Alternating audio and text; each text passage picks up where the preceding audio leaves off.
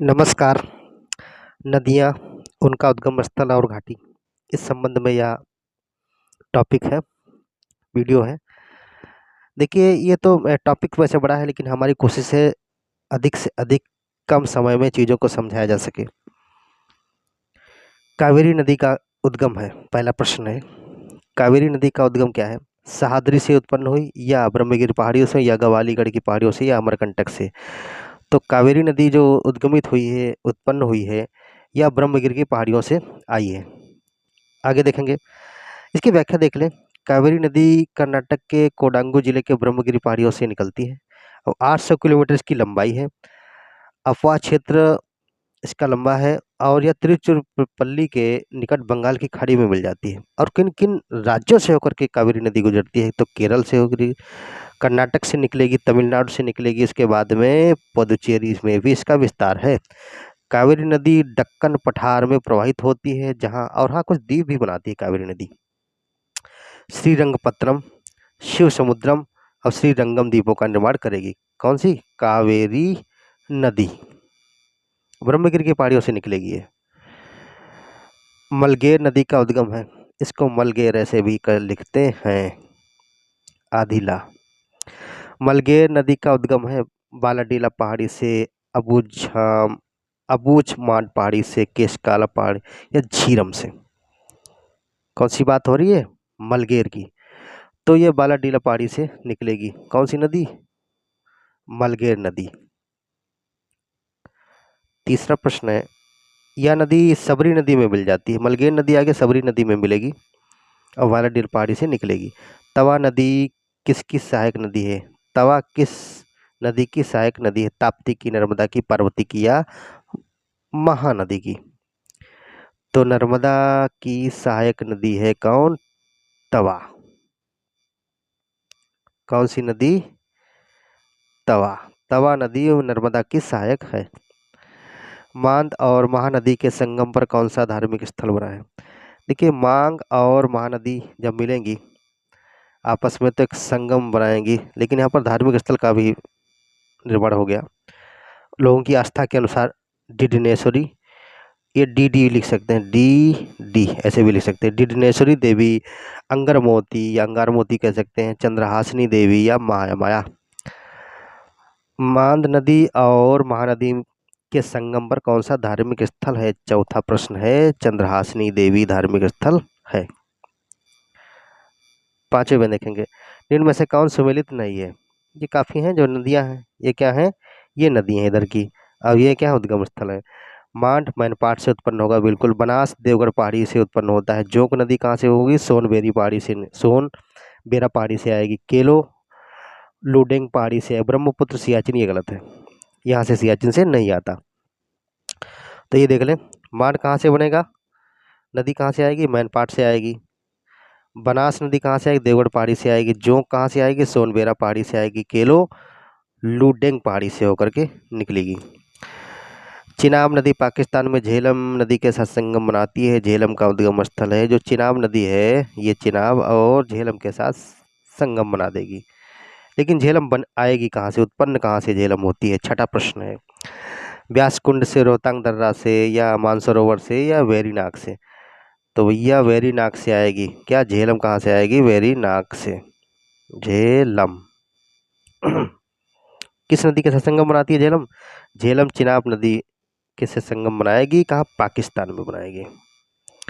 झेलम नदी का उद्गम स्थल क्या है? वेरीनाग है, जम्मू कश्मीर में स्थित है ये। चिनाब नदी बारालाचला दर्रा के निकट है, तो रावी का उद्गम। जो चिनाब नदी है बारालाचला दर्रा के निकट उद्गमित होती है, लेकिन रावी का उद्गम क्या होगा?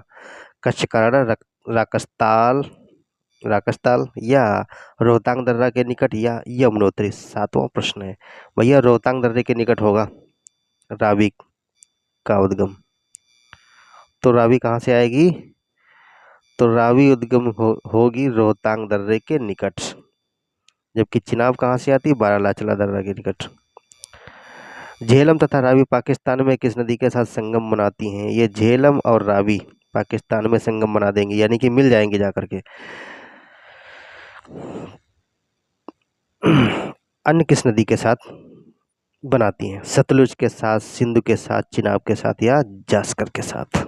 8वां, चिनाब के साथ में बनाएंगी, यानी कि झेलम भी मिला, ठीक है, और फिर आगे चिनाब मिल गई, आगे फिर क्या हो गई, रावी भी आकर के मिल गई। तो ये संगम बनाएंगी पाकिस्तान में जाकर के। और हमने बताया था पहले झेलम होगा, फिर चिनाब हो जाएगी, फिर रावी हो जाएगी, फिर व्यास हो जाएगी, फिर सतलज हो जाएगी। ये तीनों सब मिल करके क्या बना देंगे, आखिरी में सिंधु नदी बना देंगी भाई। सतलज नदी पाकिस्तान में चिनाब नदी के साथ भारत में किस नदी के साथ संगम बनाती है? कौन सतलज नदी है पाकिस्तान में चिनाब नदी के साथ भारत में बनाएगी। सतलज क्या करेगी, किसके साथ, चिनाब के साथ। चिनाब नदी के साथ कहाँ बनाएगी, भारत में बनाएगी। भारत में बनाती है, क्या बनाती है भारत में, भारत में संगम बनाती है, सॉरी पाकिस्तान में बनाएगी। कहाँ बनाएगी, पाकिस्तान में बनाएगी, पाक में बना देगी। लेकिन है क्या, लेकिन भारत में किस नदी के साथ बनाएगी, ब्यास के साथ, लूनी के साथ, या माही के साथ, या मीठी नदी, भैया ब्यास के साथ में बनाएगी, ठीक है। ये हो गया। अगला प्रश्न है, माही नदी का उद्गम स्थल है, 10वां प्रश्न है, माही नदी का उद्गम स्थल है। जो माही नदी है कहाँ से निकलती है, गुजरात से, मध्य प्रदेश से, उड़ीसा से, या हिमाचल प्रदेश से। तो मध्य प्रदेश से निकलेगी माही नदी।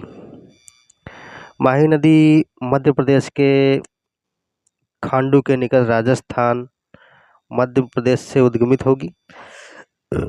इस खांडू के निकट फिर राजस्थान में बांसवाड़ा जिले में प्रवेश करती है, और यह नदी नरबाली तक बहने के पश्चात दक्षिण पश्चिम में फिर क्या करेगी, गुजरात की ओर प्रवाहित होने लगेगी माही नदी, और खंबात की खाड़ी में गिर जाएगी। तो माही नदी कहाँ जाएगी, मध्य प्रदेश जाएगी, फिर राजस्थान जाएगी, फिर कहाँ जाएगी, राजस्थान जाती है, फिर चली जाएगी गुजरात,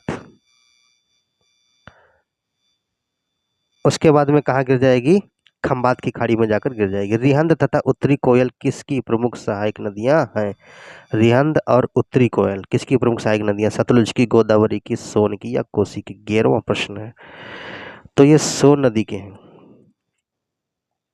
रिहंद और कोयल, रिहंद हो गई और कोयल, उत्तरी कोयल, उत्तरी कोयल किसकी हैं, सहायक नदी, सोन नदी की हैं।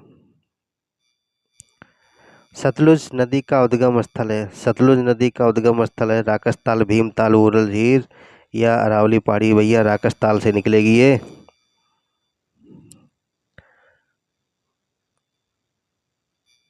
तिब्बत में। देखिए सतलज नदी का उद्गम स्थल तिब्बत में कैलाश पर्वत एवं मानसरोवर झील के निकट है, पास ही पास में है। राकसताल या इसको राक्षसताल भी कहते हैं, यहाँ उत्तर पश्चिम दिशा में बहते हुए शिवकीला के पास हिमाचल प्रदेश राज्य में प्रवेश करती। कहाँ से प्रवेश करेगी, शिवकीला दर्रा के पास हिमाचल प्रदेश में प्रवेश कर जाएगी। फिर पाकिस्तान में रावी के साथ फिर क्या करेगी, सतलज नदी पाकिस्तान में रावी के साथ, झेलम के साथ, चिनाब के साथ मिलकर सिंधु में मिल जाती है। फिर झेलम, रावी और चिनाब के साथ सतलुज नदी सिंधु में मिल जाएगी। कुल लंबाई 1500 किलोमीटर है।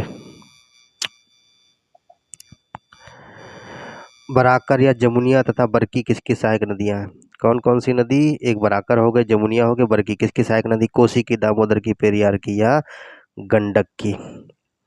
13वां भैया दामोदर की हैं सहायक नदियां, कौन, बराकर, जमुनिया और बरकी। और दामोदर नदी छोटा नागपुर पठार से निकलती है। यह नदी भ्रंश घाटी से होकर बहती, किससे, ये ध्यान रखेंगे, भ्रंश घाटी से होकर के।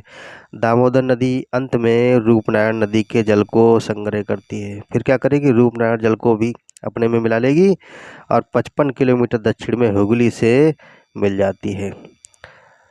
कोलकाता के आगे 55 किलोमीटर आगे बढ़ के हुगली नदी से मिल जाएगी। दामोदर की कुल लंबाई 592 किलोमीटर है।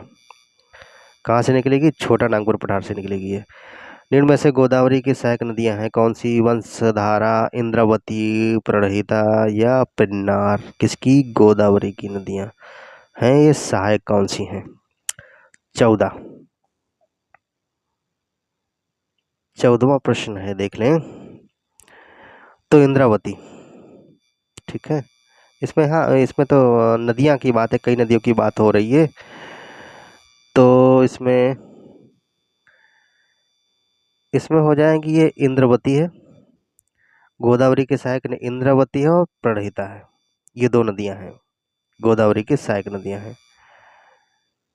आगे देखें, गोदावरी की सहायक नदियां में वेनगंगा, प्रणहिता, मानेर, इंद्रावती, सबरी, मंजीरा, पोड़ा, प्रवारा, दुधना, वंशधारा, पेन्नार आदि प्रमुख गोदावरी की नदियां सहायक हैं। ये वेनगंगा हो गई, प्रणहिता हो गई, मानेर हो गई, इंद्रावती हो गई, सबरी हो गई, मंजीरा, पोड़ा, प्रवारा, दुधना, वंशधारा और पेन्नार, ये सभी किसकी सहायक नदियां? गोदावरी की हैं। तेल नदी एक प्रमुख सहायक नदी है भैया, एक तेल नदी है, वो सहायक नदी किसकी है प्रमुख? झेलम की, रावी की, नर्मदा की या महानदी की? 15। महानदी की सहायक नदी कौन है? तेल नदी है। तेल नदी महानदी की सहायक नदी है। निम्न में से अरब सागर में मिलने वाली नदी है, ऐसी नदी जो अरब सागर में मिलेगी, ठीक है, इधर जाकर के गिर जा रही है, कौन सी नदी है? काली नदी, शारदा, गंगा या श्योक? 16वां प्रश्न है। तो 16वां प्रश्न की बात करेंगे तो एक काली नदी है, अरब सागर में जाकर गिर जाएगी। कौन सी नदी? काली नदी। कहाँ गिरेगी? अरब सागर में जाकर गिरेगी। बात हो रही है काली नदी की। तो ये काली नदी व्याख्या देख लें पहले, फिर बताते हैं। काली नदी पश्चिमी घाट पर्वतीय क्षेत्र में स्थित कन्नड़ जिले के यानी कि कर्नाटका के डिग्गी गांव से उद्गमित होगी और चाप के आकार में ये प्रवाहित होकर अरब सागर में मिल जाएगी। कहाँ से होगी? कर्नाटक के कन्नड़ जिले से, वहां से उत्पन्न होगी ये। कहाँ? पश्चिमी घाट में आएगी ये, पश्चिमी घाट से उत्पन्न होती है, यहाँ से इधर से आगे बढ़ के और फिर अरब सागर में यहीं पर गिर जाएगी। एक और काली नदी है जो शारदा नदी है, अपनी शारदा, नेपाल से होकर के आएगी। तो वहाँ पर शारदा नदी को भी काली नदी कहते हैं। क्या कहेंगे? काली नदी कही जाती है। मृत की नदी के नाम से जाना जाता है। मृत की नदी के नाम से किस नदी को कहा जाता है या जाना जाता है? मृत की नदी सिंधु नदी को, माही नदी को, नर्मदा का या श्योक को? 17वां प्रश्न है। यह श्योक नदी को मृत की नदी कहा जाता है। मृत्यु की नदी, रिवर ऑफ डेथ। श्योक नदी कहाँ से उत्पन्न होगी? काराकोरम क्षेत्र में मृत की नदी के नाम से जाना जाता है। ऐसा साक्ष्य ऐसा कहा जाता है कि प्राचीन काल में मध्य एशिया के यारकांड से लद्दाख के बीच इस नदी के माध्यम से व्यापार होता था। एशिया के यारकांड से लद्दाख के बीच में काराकोरम क्षेत्र की बात हो रही है, मृत की नदी के नाम से जाना जाता है। उत्तर से दक्षिण की ओर नदियों का क्रम व्यवस्थित कीजिए। ये नदियां हैं, उत्तर हो गया, ऐसे क्रम में व्यवस्थित करना है नदियों को, उत्तर से यानी कि ऊपर से नीचे की ओर इस क्रम को व्यवस्थित करना है। किशन गंगा, गंगा, वेन गंगा या पेन गंगा, इनमें से क्रम को व्यवस्थित करना है। 1 2 3 2 1 क्या होगा? किशन गंगा। तो ये नदियां जो है ये क्रम व्यवस्थित ही है। किशन गंगा, फिर इसके नीचे गंगा आती है, फिर वेन गंगा आती है, फिर पेन गंगा, ये क्रम व्यवस्थित है उत्तर से दक्षिण की ओर। कौन सा प्रश्न था? 18वां प्रश्न है ये। फिर अब 19वें प्रश्न पर आएंगे। हिमाचल प्रदेश से होकर के बहने वाली नदियां हैं। हिमाचल प्रदेश से होकर बहने वाली नदियां व्यास और चिनाब, व्यास और रावी, चिनाब, रावी या सतलज, या व्यास, चिनाब, रावी, सतलज, यमुना, ये सभी लगा लीजिए। हिमाचल प्रदेश से होकर के निकलेंगी, व्यास भी निकलेगी, चिनाब भी निकलेगी, रावी भी है, सतलज भी है और यमुना भी है, यमुनोत्री से। दामोदर, कोयल और स्वर्णरेखा नदियां निम्न में से किससे निकलती हैं? दामोदर हो गई, कोयल हो गई और स्वर्णरेखा नदियाँ किससे होकर के निकलेंगी? दक्कन के पठार से, सेंट्रल हाईलैंड से, छोटा नागपुर से या मेघालय के पठार से। 20वां प्रश्न है, कौन सी नदी है? मेघालय के पठार से ही ये नदियाँ निकलती हैं। दामोदर, कोयल और स्वर्णरेखा कहाँ से निकलेंगी? मेघालय के पठार से।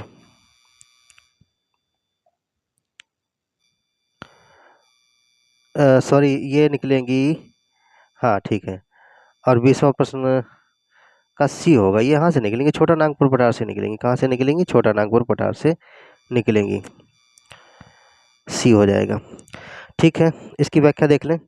दामोदर, कोयल, स्वर्णरेखा और छोटा नागपुर पठार से होकर के निकलेंगी। कहाँ से निकलेंगी? छोटा नागपुर पठार से। और छोटा नागपुर पठार झारखंड में ज़्यादा विस्तृत है। स्वर्णरेखा स्वतंत्र रूप से बंगाल की खाड़ी में गिर जाती है। और दामोदर कहाँ है? हुगली में मिल जाएगी आगे। दामोदर, कोयल, स्वर्णरेखा छोटा नागपुर पठार से निकली। और ये जबकि इसमें जो स्वर्णरेखा है कहाँ? बंगाल की खाड़ी में गिर जाएगी। कहाँ जाएगी? ये इधर जाएगी, बंगाल की खाड़ी में। और दामोदर भी हुगली नदी में आके मिल जाएगी, पहले ही अटक जाती है यहाँ पे। धन्यवाद। ये थे कुछ महत्वपूर्ण प्रश्न, याद कर लें, सभी लोग रिवाइज कर लें। नए लोग चैनल को सब्सक्राइब करें भाई, चैनल को जरूर सब्सक्राइब, लाइक और शेयर करें। Thank you.